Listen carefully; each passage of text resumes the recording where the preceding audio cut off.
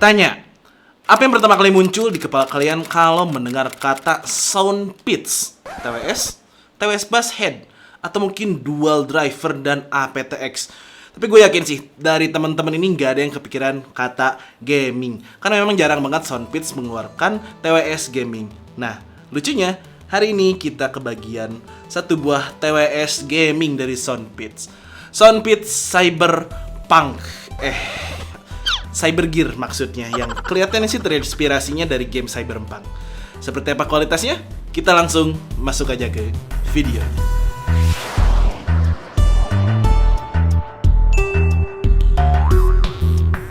Sedikit cerita nih mengenai seri Soundpitch Cyberpunk ini. Jadi waktu gua riset untuk data review video ini, gue tuh sempet cek ke websitenya Soundpitch official yang di US, cuma nggak tahu kenapa nggak keluar nih lini produksi Soundpitch Cybergear. Terus gue akhirnya ngobrol sama distributor resmi di Indonesia, dan memang kata mereka kalau si Soundpitch Cybergear ini adalah produk yang bisa dibilang limited edition kali ya, khusus di Asia aja. Yang bener lo. Dari segi harganya sendiri, Soundpitch Cybergear ini di sekitar 580 ribuan aja nih. Dan itu bisa teman-teman dapatkan di official store-nya Tokopedia Soundpitch. Untuk linknya nanti seperti biasa ya, kita simpan di deskripsi. Oke. Kalau dilihat dari desain packagingnya, ini masih mirip-mirip aja sih seperti Soundpitch biasanya. Simple, minimalis, gak neko-neko. Dan untuk kelengkapannya juga hanya yang esensial aja, mulai dari charging case dan earbuds-nya, kemudian charging cable beserta extra ear tips, dan user manual serta garansinya.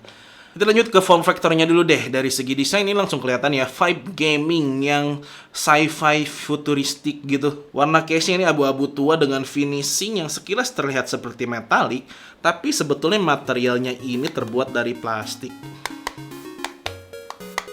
Meski demikian, plastiknya masih cukup kokoh kok, sesuai dengan harganya. Paling di bagian engselnya aja sih yang agak sedikit kerasa ringkih goyang-goyang gini, terutama kalau dalam posisi terbuka. Dan dia nggak punya semacam penahan gitu di bagian engsel, jadi kalau dilepas akan langsung tertutup seperti itu. Di bagian dalam case-nya ada dudukan dan indikator earbuds-nya, nggak ketinggalan juga satu tombol MFB. Sementara di bagian luar case-nya, ini nih, sahabat sejati kaum RGB.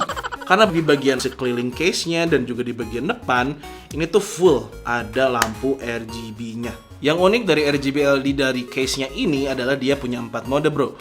Mulai dari buricak burineng warna-warni kayak gini, kemudian yang LED breathing yang sedikit demi sedikit dia berganti warna, kemudian ada yang memang transisinya perpindahannya lebih harsh, dan tentunya bisa dimatikan juga kalau teman-teman nggak terlalu suka dengan desain RGB kayak gini. Kemudian untuk dimensi case-nya juga ini agak sedikit bulky ya. Handful banget, jadi ya si case-nya ini kalau dipegang di tangan dia beneran ngisi full gitu, agak sedikit bulky rasanya. Tapi masih cukup portable dan kompak kalau masuk ke dalam tas. Bobot totalnya di sekitar 51 gram dan per earbuds-nya ini di sekitar 4,3 gram. Earbuds-nya model in-ear gitu dengan tangkai yang pendek tipis seperti ini, yang sekilas mengingatkan gue sih sama produk yang 2002 lalu menjadi best TWS. Kalau untuk ear tipsnya dia berbahan silikon yang agak kerasa tipis ya, dan dia bentuknya oval gitu mengikuti speaker nozzle di dalamnya. Dan jujur nih, ketika dipakai ini kerasa nyaman banget di telinga gua. Baik ear tips maupun housing earbuds-nya ini masuk dan duduk sempurna di dalam telinga. Cuma nggak tahu kenapa, mungkin karena bahan silikon dan bentuknya itu ya, jadi kalau dipakai agak lama dia bikin gua agak gampang pegel aja sih. Jadi sekitar 1-1,5 jam itu mulai agak kerasa sakit di bagian dalam telinganya. Tapi kalau dari segi grip, dia ini kerasa nyengkram banget. Cocok juga buat dipakai olahraga karena udah ada IPX4 rating protectionnya juga. Nah, di bagian si earbuds-nya ini juga nggak ketinggalan ya, ada RGB LED-nya. Ini di area touch sensornya, dan dia akan menyala ungu seperti ini ketika sudah terhubung ke smartphone tapi tidak memainkan apapun atau dalam idle position. Sebagian mungkin nggak terlalu suka ya kalau yang earbuds-nya nyala terus lampunya gini, tapi untungnya ini tuh udah bisa dimatikan kok dalam aplikasinya. Aplikasi Soundpitch namanya udah support di iOS dan Android. Yang sayangnya terlalu simple sih, oversimplified gitu. Jadi di dalam aplikasinya tuh dikit banget ya fitur-fiturnya. Jadi dia hanya bisa melihat status baterainya, kemudian setting equalizer, baik itu yang preset maupun yang custom. Terus untuk fungsi matiin LED RGB yang tadi seperti gue sebutkan, mematikan fungsi single tap. Tapi saya nggak ada nih di aplikasinya custom untuk perintah touch sensornya sendiri. Jadi ya rasanya agak kentang aja sih kalian dikasih akses untuk mematikan earbuds-nya tapi nggak dikasih keleluasaan untuk mengubah perintah dari si earbuds-nya ini. Meskipun untungnya untuk perintah sendiri dia udah cukup lengkap sih. Mulai dari satu tap untuk volume control, double tap untuk play pause media, triple tap untuk voice assistant atau mengganti gaming mode, dan tap and hold untuk next previous tracks. Selain lengkap, tentunya si touch sensornya juga ini udah cukup baik ya responnya menurut gua. Ketika double tap dia mengikuti double tap, triple tap dia triple tap gitu sesuai dengan komando yang diberikan. Cuma sayangnya yang gua rasakan dia ini agak sedikit terlalu sensitif. Jadi kadang kesenggol dikit aja tuh dia menganggap itu adalah sebuah perintah. Mungkin itu sebabnya ya kenapa Soundpeats ngasih opsi untuk mematikan single tap di dalam aplikasinya. Tapi selebihnya sih gue nggak nemu masalah ya terkait untuk si touch sensornya. Begitu pula untuk konektivitasnya. Dia sudah menggunakan Bluetooth 5.3 dengan chipset mewah nih, QCC 3046. Yang sayangnya kodeknya ini murahan. Bisa dibilang dia hanya SBC AAC doang, agak aneh ya. Menggunakan chipset Qualcomm tapi dia tidak mengangkat gimmick-gimmick atau spesifikasi yang biasa digadang-gadang sama Soundpeats yaitu aptX. Agak disayangkan aja sih. Emang apa sih nggak boleh? Meskipun secara performa selama pemakaian gue baik-baik aja kok, koneksinya stabil dalam jangkauan, udah bisa single mode juga, dan ini nih, udah bisa multi-point connection. Buat teman-teman yang pengguna multi-device pasti ini menjadi salah satu pertimbangan banget ya, karena jarang banget TWS di bawah 1 juta yang bisa multi-connection dan Soundpeats Cybergear ini menjadi salah satu jawaban. Untuk pairingnya juga gampang kok, tinggal buka case-nya, cari di Bluetooth menu, pairing deh. Ulangi hal yang sama ya untuk di device yang kedua.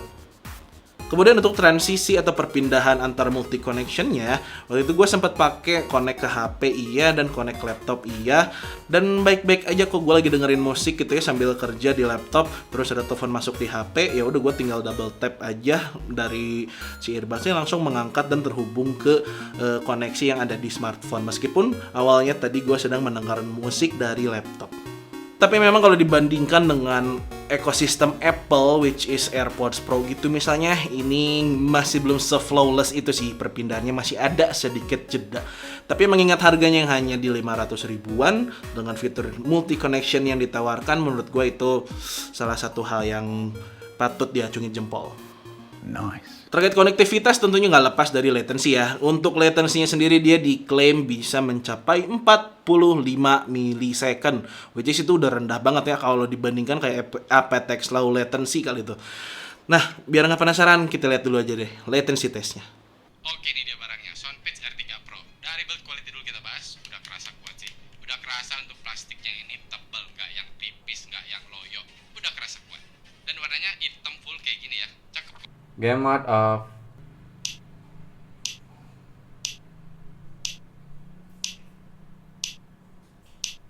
Game mode on.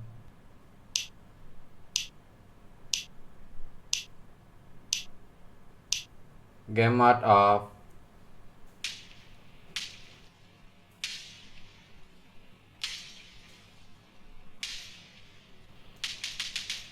Game mode on.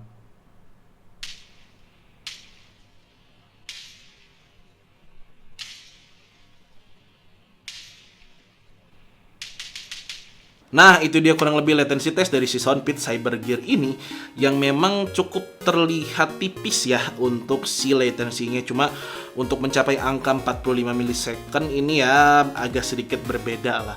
Terkait penggunaan sehari-hari juga gua rasakan dia enak-enak aja ya, baik itu misalnya buat sosial media, nonton Netflix gitu.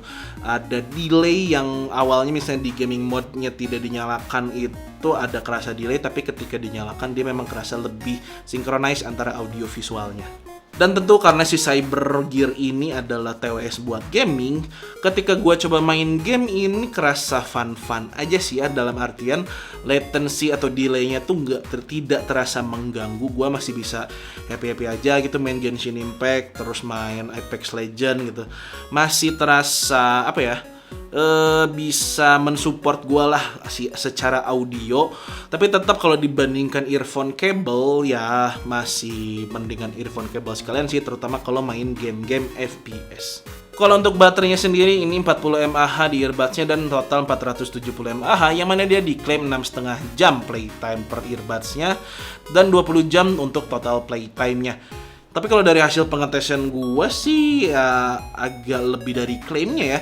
Dalam artian gue ngeplay dia tuh di sekitar 60% volumenya, connect ke Apple iOS, Apple Music di lossless, kemudian gue nonstop play music gitu, itu dapat di sekitar 7 jam 15 menit gitu deh.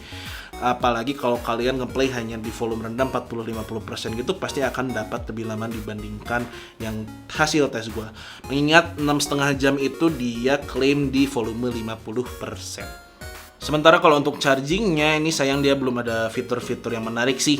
Belum ada wireless charging, belum ada juga fast charging. Jadi untuk fully charge earbudsnya itu di sekitar 1,5 jam, dan kalau untuk si charging case-nya ini di sekitar 2 jam, masih standar banget kalau untuk charging time-nya. Oke.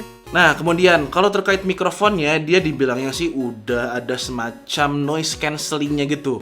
Tapi gua nggak nemu nih apakah dia menggunakan CVC, Clear Voice Capture, ataukah ENC, Environmental Noise Cancelling.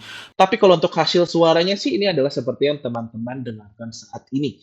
Cek 1 2 3. Ini adalah hasil rekaman suara dari mikrofon Soundpitch Cybergear dalam kondisi hening. Sekarang gimana ya? Kita coba dalam kondisi ramai. Cek 1 2 3. Ini adalah hasil rekaman suara dari mikrofon TWS Soundpitch Cybergear dalam kondisi ramai. Jadi seperti biasa kita nge-play speaker dengan suara basic traffic sound kayak gitu. Dan suaranya adalah seperti yang teman-teman dengarkan saat ini.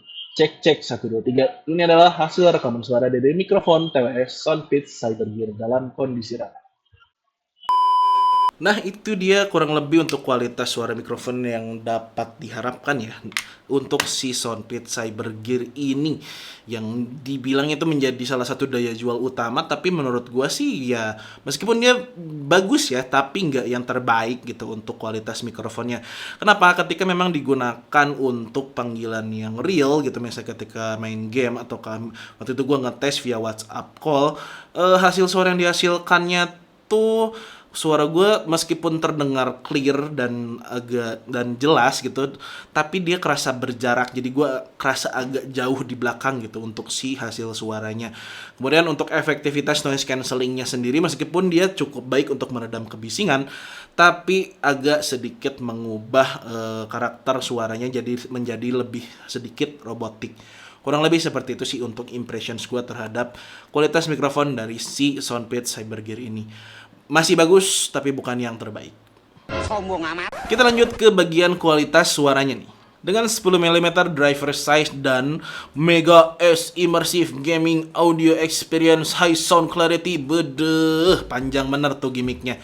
Intinya sih dia katanya diklaim bisa bikin experience lo main game tuh lebih seru. Tapi sebelumnya gue sedikit cerita aja kali ya mengenai si karakter umum suara Soundpitch Cybergear ini, yang mana overallnya tuh gue rasakan dia kalau dibandingkan TWS Soundpitch sebelumnya yang pernah kita coba yang single driver, dia memang untuk clarity-nya ini agak sedikit lebih baik ya.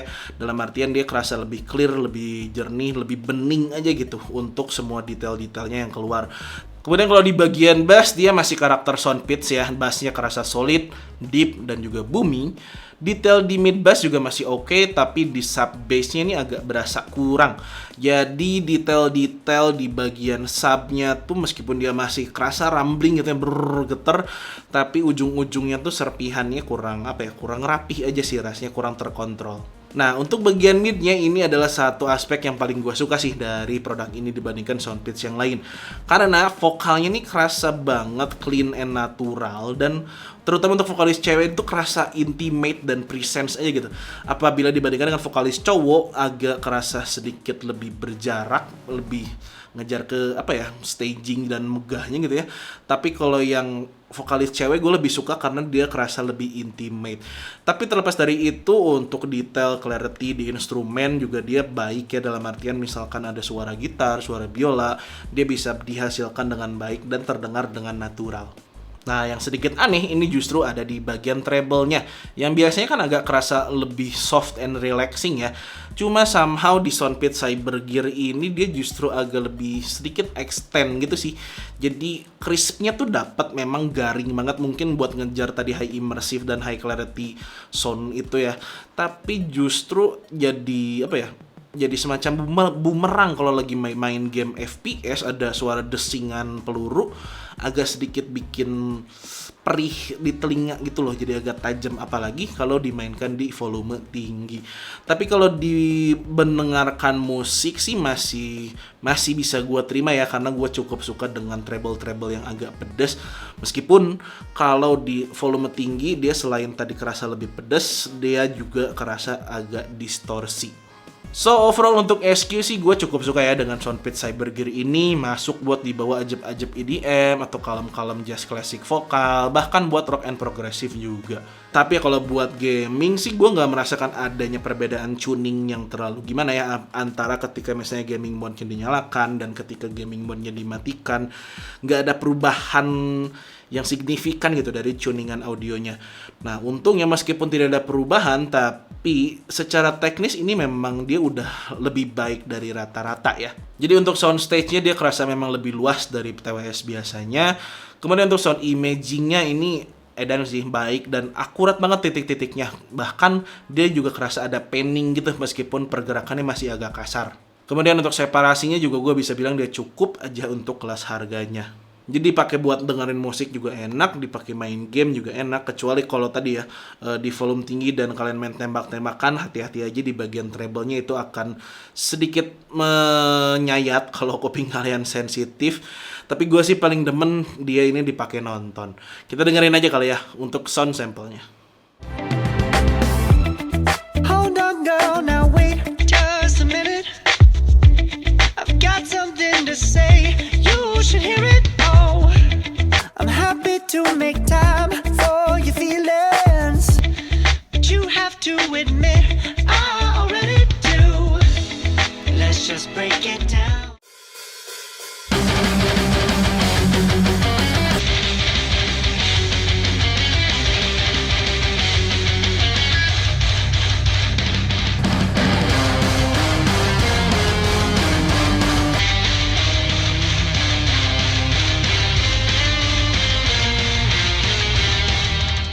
I know it won't be long before dawn. Gotta be patient for a while. Someday we'll look at stars in distant sky. When I'm on the other side.